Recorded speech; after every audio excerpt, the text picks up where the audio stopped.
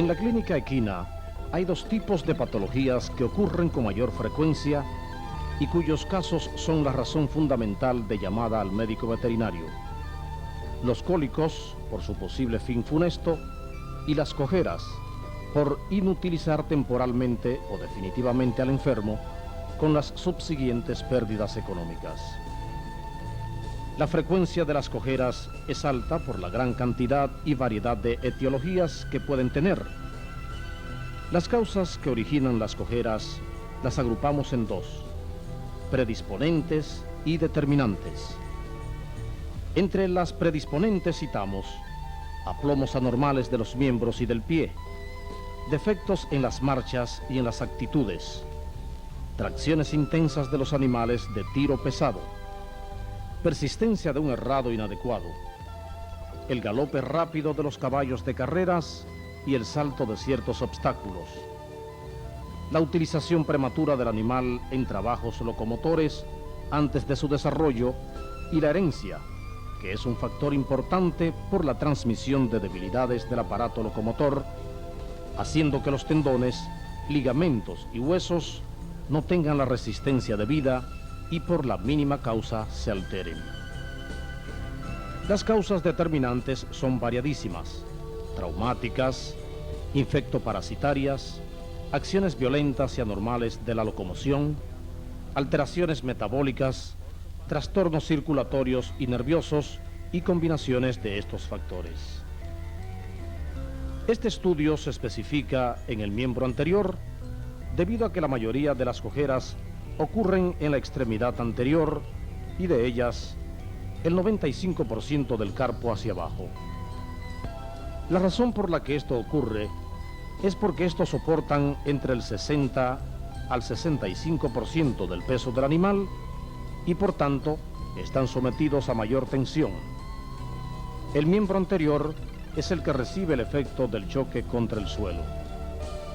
El esqueleto de los miembros anteriores comprende los siguientes huesos: escápula u omóplato, húmero, radio, cúbito, los 7 huesos carpianos, carpo radial, carpo medial, carpo cubital, carpo accesorio. En la segunda fila del carpo están segundo hueso carpiano, tercer hueso carpiano y cuarto hueso carpiano. El gran metacarpiano o caña, los 2 metacarpianos rudimentarios, lateral y medial, los sesamoideos proximales, la primera falange o cuartilla, la segunda falange o corona, el hueso navicular o sesamoideo distal y la tercera falange o casco. Localización de las principales lesiones. Aunque están limitadas a una proporción relativamente pequeña de elementos anatómicos, son innumerables los defectos que pueden aparecer. Entre ellos, los de mayor frecuencia son la región de la espalda, la región del codo, la región anterior y posterior de la caña, la región del menudillo y la región falángica y la región podal. Diagnóstico de las cojeras. Anamnesis.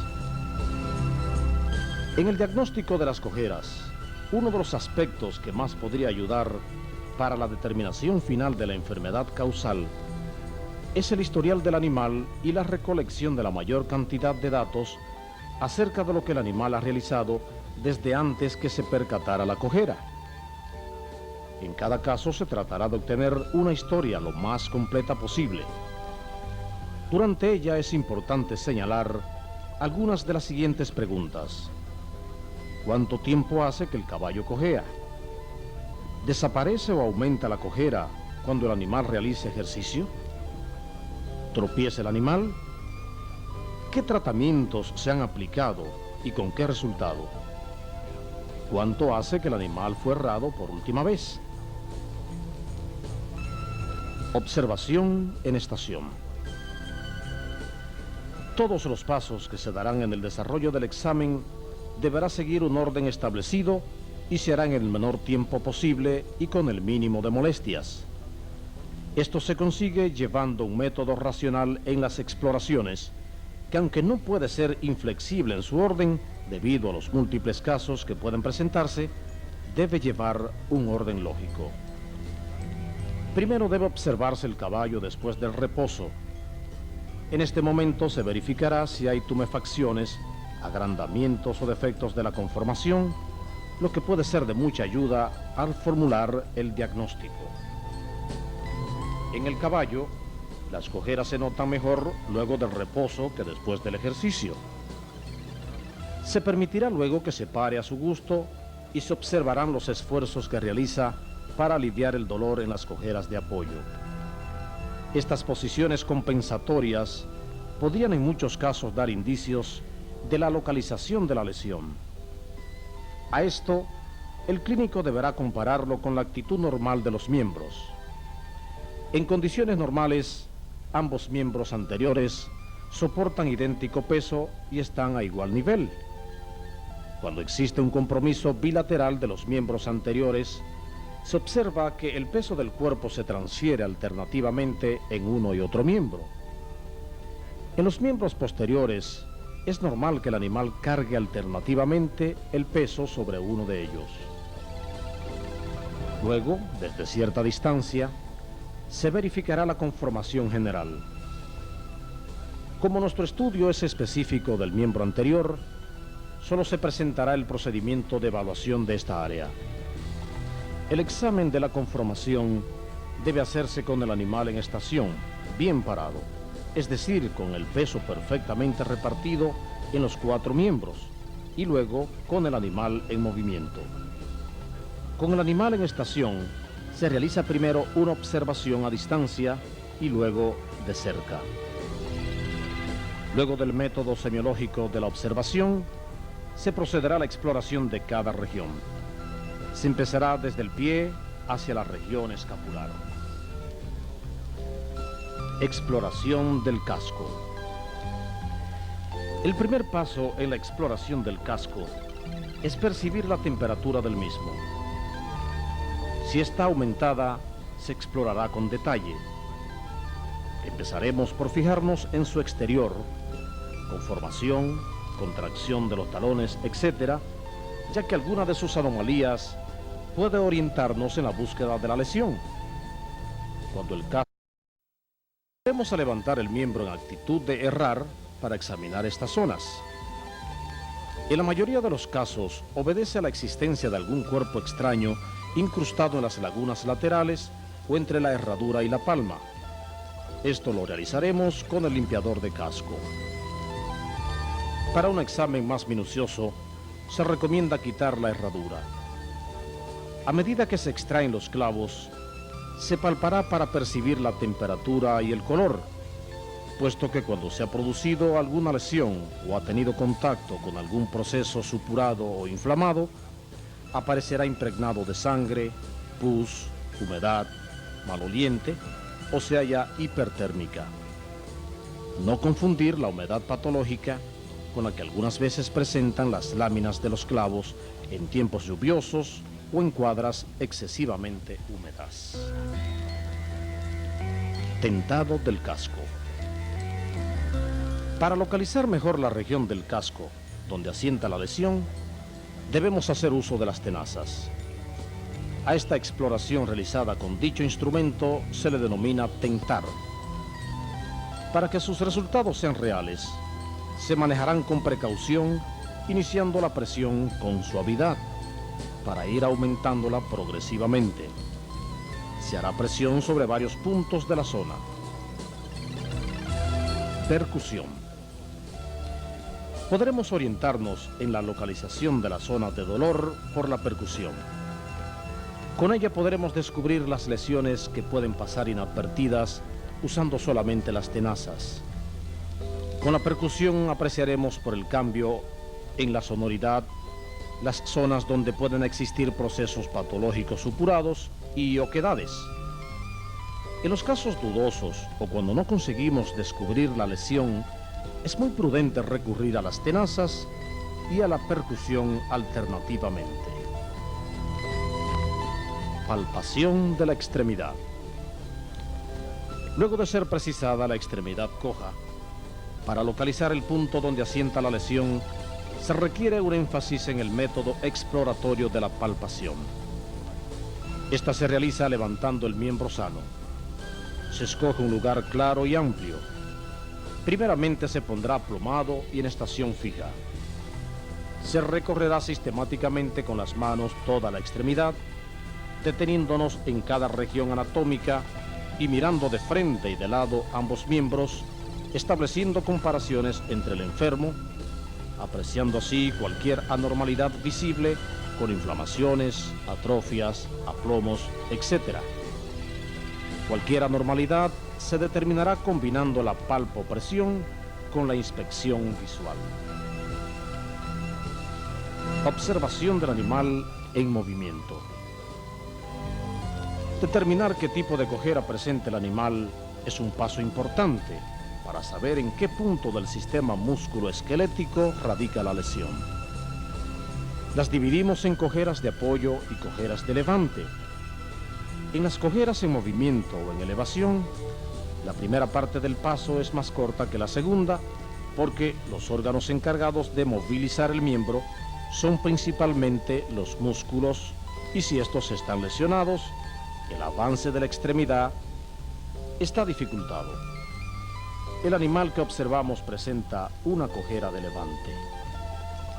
En las cojeras de apoyo, como los órganos que en él intervienen son principalmente pasivos, huesos, ligamentos, tendones, aponeurosis y pie, el miembro es avanzado con normalidad.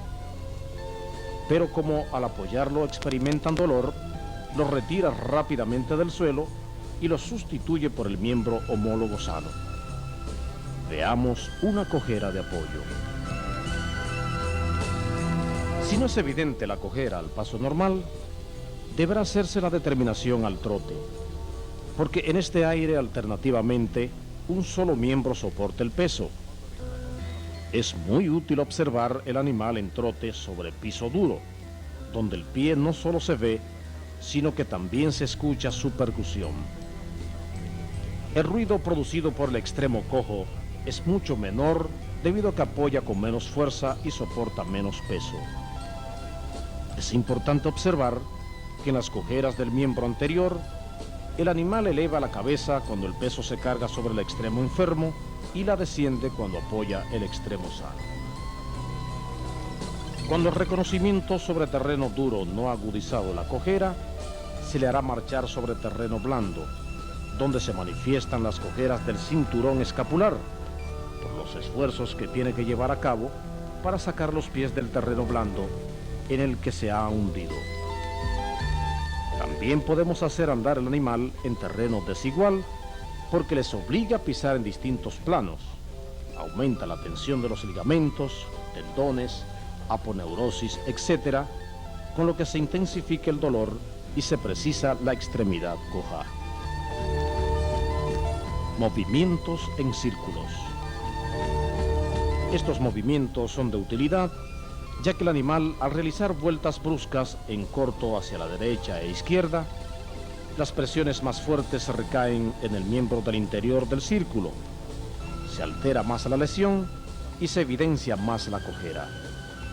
En general, las cojeras de la extremidad anterior se agudizan descendiendo cuestas porque recae mayor peso sobre ellos. Métodos especiales para el diagnóstico de las cojeras. Existen pruebas especiales de las diferentes regiones anatómicas que consisten en movimientos de flexión, extensión, aducción y rotación. En la prueba de extensión de la espalda o hiperextensión, el clínico se sitúa en dirección opuesta al animal y eleva la extremidad asida del casco y cuartilla hacia arriba y adelante.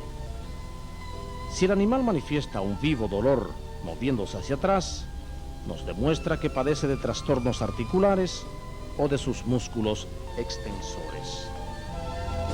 El examen del carpo es una hiperflexión de tipo pasiva. Se realiza en esta articulación para comprobar si ese movimiento provoca dolor o si existe algún impedimento de tipo mecánico.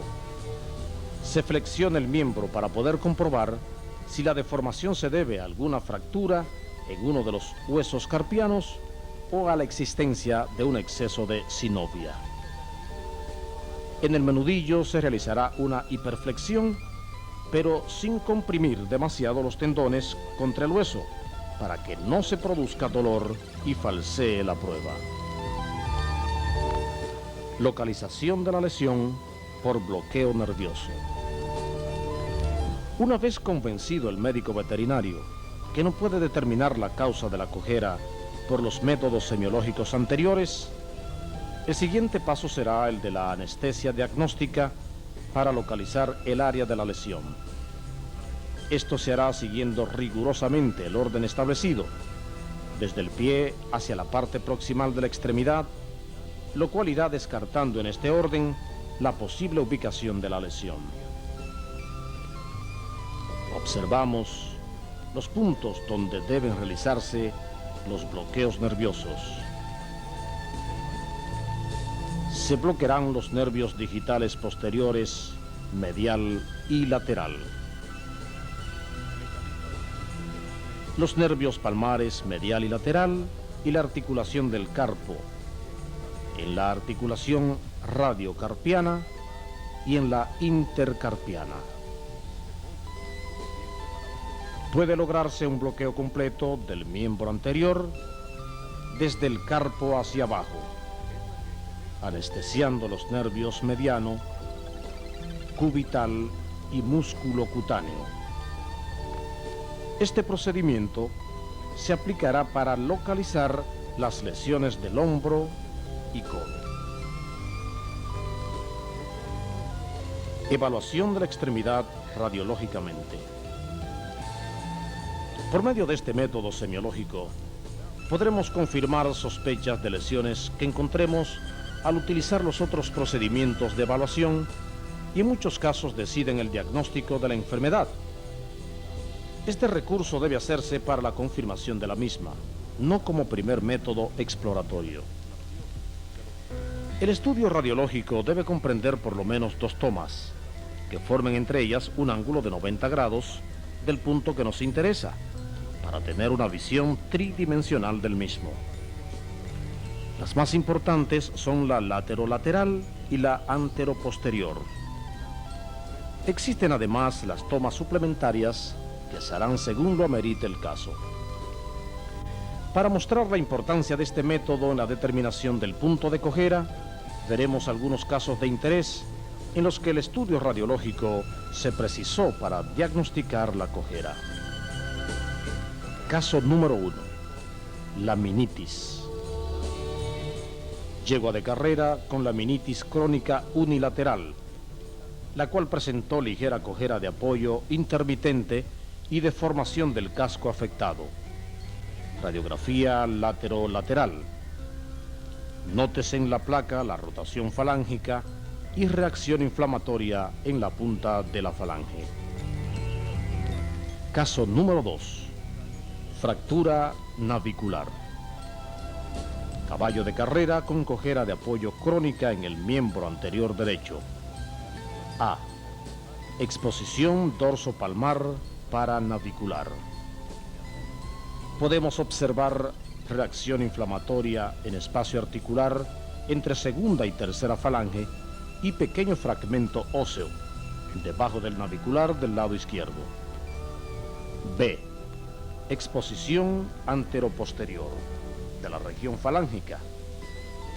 Podemos apreciar pequeño fragmento radio-opaco debajo del navicular del lado izquierdo. Diagnóstico: microfractura del navicular. Caso número 3. Sobrecaña dorsal. Yegua de carrera de 3 años de edad con intensa cojera de apoyo en el miembro anterior izquierdo, con reacción inflamatoria de la cara anterior de la caña. Estudio radiológico laterolateral. Obsérvese intensa reacción perióstica con osificación o exostosis.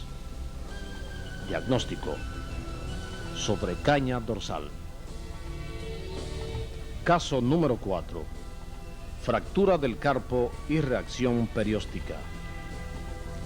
Caballo de carrera de 4 años, con intensa cojera de apoyo, que le mantiene la extremidad en flexión y gran inflamación de la región del carpo.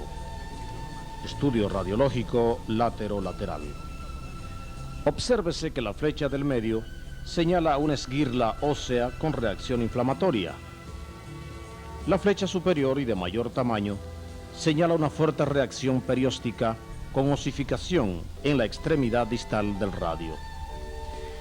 La flecha pequeña nos indica la presencia de una ligera osteoporosis con reacción perióstica. Diagnóstico: fractura del carpo con artritis deformante por abuso de cortisona intraarticular.